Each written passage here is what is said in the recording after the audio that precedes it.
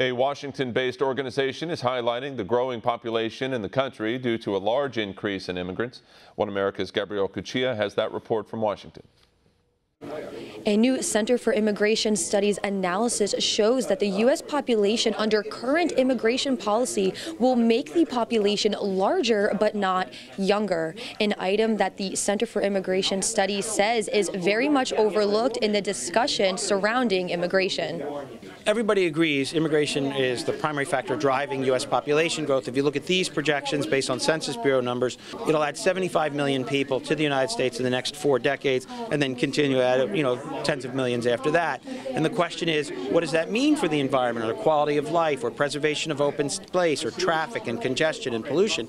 Now, in a nation that is finding it difficult to keep up with the maintenance on existing infrastructure, it is hard to imagine that adding tens of millions of more people will not make that problem worse. So says Stephen Camerata, the director of research for the Center of Immigration Studies, who projects an additional 75 million immigrants to the U.S. population by 2060, an increase that he finds does not directly benefit the workforce. For the immigrants to pay for the infrastructure, they'd have to be some kind of fiscal boon, that is, paying a lot more in taxes than they use in services, and there's no research to indicate that is the case. But there are also potential amenities from this, not the least of these being the potential GDP growth. That's really key going forward, too. Anything you can do to grow the economy is probably going to be more important than the levels of migration that you dictate. Those levels currently have immigrants making up more of the outside working age rather than those in the workforce, says Georgetown University professor Dr. Lindsay Lowell, who also warns that projections may change given unexpected results.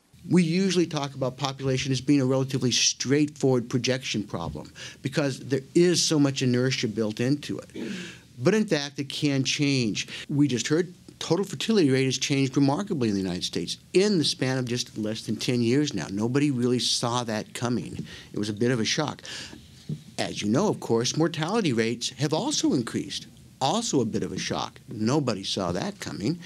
And labor force participation rates have really not done what we would have hoped, and they make a big difference.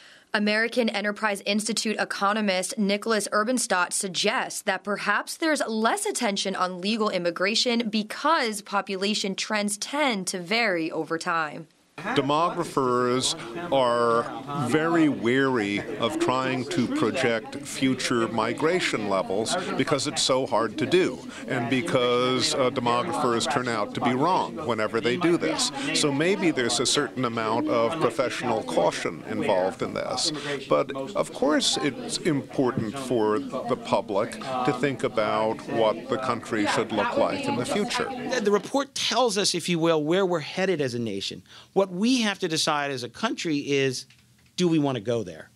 Reporting from Washington, Gabrielle Cuccia, One America News.